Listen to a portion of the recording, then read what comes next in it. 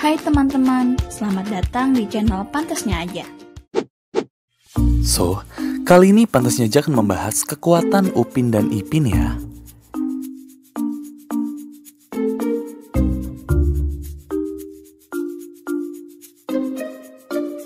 Yaudah teman-teman, sebelum kita mulai video ini, jangan lupa untuk klik tombol subscribe di bawah ya, untuk membangun channel kecil ini agar besar seperti channel-channel tetangga.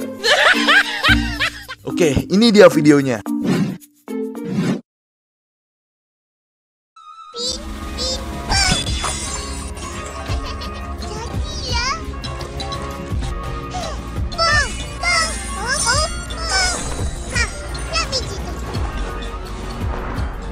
Oke, yang pertama ini bisa dilihat langsung ya.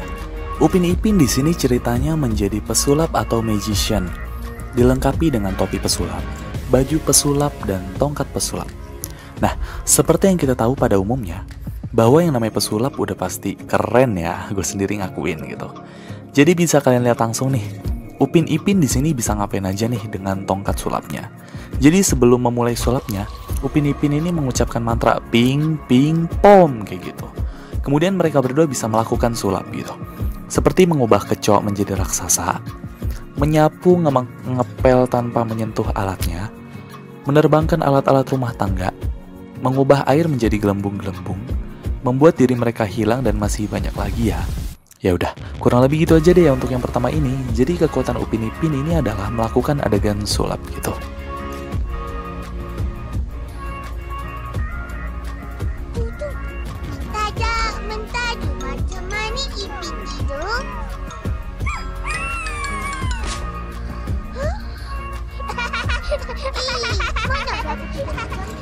Nah, yang kedua ini ceritanya Upin Ipin mau ke suatu tempat ya dengan berlari gitu. Tapi di tengah jalan mereka ketemu Cangcorang dan akhirnya mereka melakukan percakapan dengan Cangcorang itu. Kayak gini nih, mentada mentadu, macam mana Ipin tidur kayak gitu. Kemudian Cangcorangnya mempraktikkan bagaimana Ipin tidur ya. Haha. Upin sampai ketawa loh, tapi Ipinnya sampai geram gitu. Nah, jadi Upin Ipin ini bisa kalian lihat langsung ya. Tadi bisa berbicara dengan Cangcorang dan Cangcorangnya ngerti bahasa Upin Ipin. Dan lagi, waktu itu di saat mereka bertemu Apin, mereka juga bisa berbicara dengan Apin. Apinnya ngerti juga ya bahasanya Upin Ipin. Tapi sayangnya bahasa Upin Ipin gak bisa dimengerti oleh Opet, karena bahasa Opet hanya dimengerti oleh Raju gitu. Ya udah, kurang lebih gitu aja deh untuk yang kedua ini. Jadi kekuatan Upin Ipin ini adalah dapat berbicara dengan Cangcorang atau hewan gitu.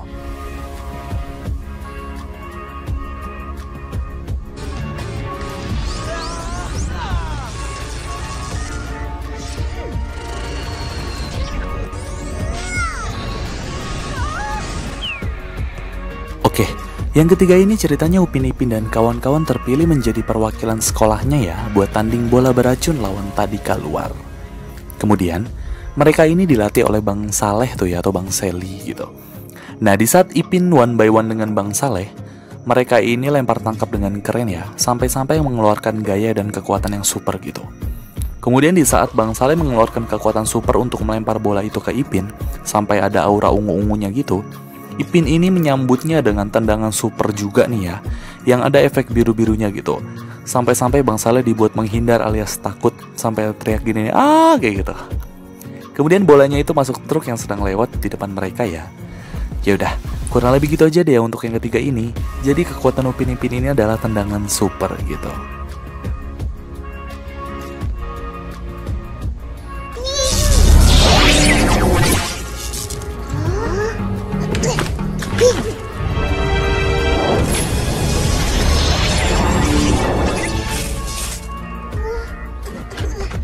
Nah, yang keempat ini ceritanya Upin Ipin datang ke masa lalu ya. Masa dimana masih banyaknya hewan zaman purba seperti dinosaurus gitu. Kemudian setelah melewati beratnya hidup di zaman purba, mereka ini kembali ke masa depan. Jadi mereka ini datang dari masa sekarang ke masa lalu, dari masa lalu ke masa sekarang menggunakan pondok bermain mereka ya. Menurut gua ini pondok berasa kayak mesin waktu gitu loh. Jadi kayak laci belajarnya Nobita ya. Yaudah, kurang lebih gitu aja deh untuk yang keempat ini. Jadi kekuatan Upin Ipin ini adalah dapat pergi ke masa lalu gitu.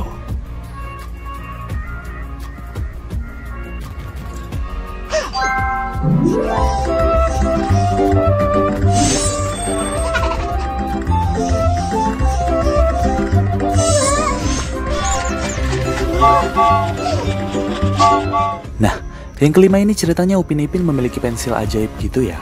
Jadi ketika Upin Ipin menggambar di kertas maupun di tembok dan lantai, gambarnya ini akan berubah atau hidup tapi tetap ya 2 dimensi gitu. Nah, Upin Ipin ini seneng banget ya karena gambarnya bisa hidup. Ada yang pesawat, ikan, kereta, robot, bahkan mereka ini bisa membuat karakter orang ya.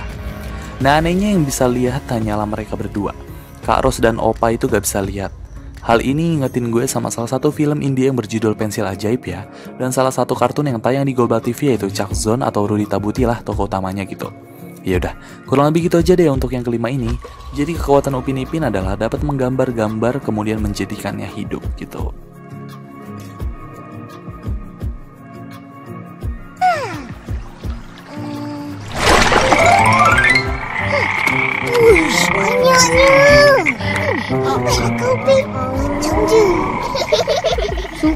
Nah, yang keenam ini yaitu kekuatan simpel ya. Jadi ceritanya Upin Ipin dan Mail mau bantu Jarjit dalam menangkap katak. Segala upaya udah dilakuin Mail nih, sampai-sampai Mail mengeluarkan kekuatan supernya gitu. Tapi tetap aja agak dapet. Akhirnya, Upin ini dengan satu serokan langsung bisa menangkap semua katak ya gitu. Ya udah, kurang lebih gitu aja deh untuk yang keenam ini. Jadi kekuatan Upin Ipin adalah dapat menangkap katak banyak ya dengan sekali serok gitu.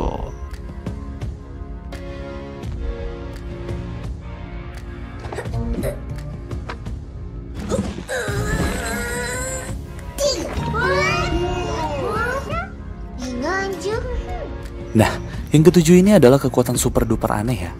Jadi bisa kalian ketahui bahwa Ato ini memiliki keris yang hanya satu-satunya di Malaysia ya, yaitu keris Siamang Tunggal. Nah, anehnya ini keris hanya bisa diangkat oleh Upin Ipin. Mail dan lain-lain itu gak bisa ngangkatnya loh ya. Jadi bisa kalian ketahui lagi bahwa Upin Ipin lah yang membaca mantra keris ini.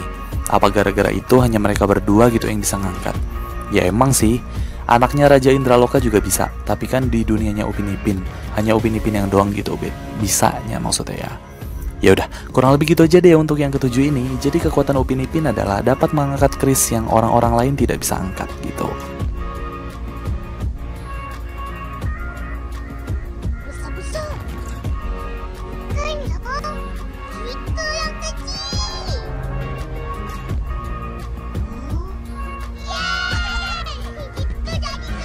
Oke, yang kedelapan ini ceritanya Upin Ipin bisa menjadi kecil kayak semut atau superhero semut ya, yaitu Ant-Man. Jadi ceritanya Upin Ipin ini jadi kecil dan melewati segala rintangan seperti bisa main ini itu, melawan kecoa, berusaha untuk memanjat meja, membuka tudung saji, disapu Kak Ros dan lain-lain. Ya udah, pada intinya gitu aja deh ya. Kekuatan Upin Ipin ini jadi kecil ya, emang sih datang dari mimpinya. Ya udah gitu aja.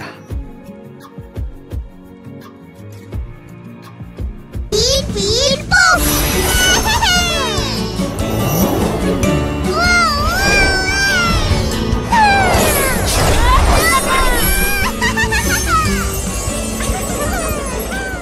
Nah, yang kesembilan ini ceritanya Upin Ipin menjadi penyihir ya. Jadi kurang lebih gak beda jauh sama yang jadi pesulap tadi. Intinya kekuatannya Upin Ipin dan kawan-kawan adalah dapat ngapain aja dengan tongkatnya. Bahkan mereka bisa terbang tuh ya dengan karpet ajaib kayak Aladin. Ya udah, kurang lebih gitu aja deh yang ke-9 ini.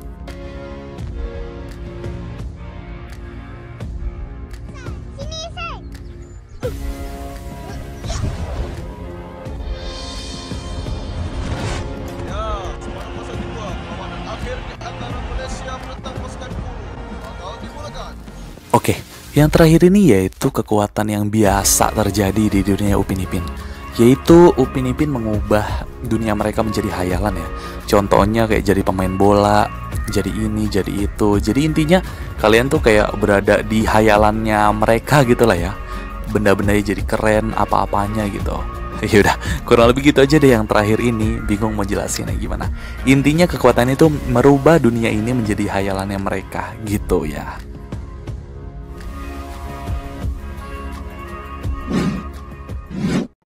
Nah itu dia, kira-kira kekuatan Upin dan Ipin.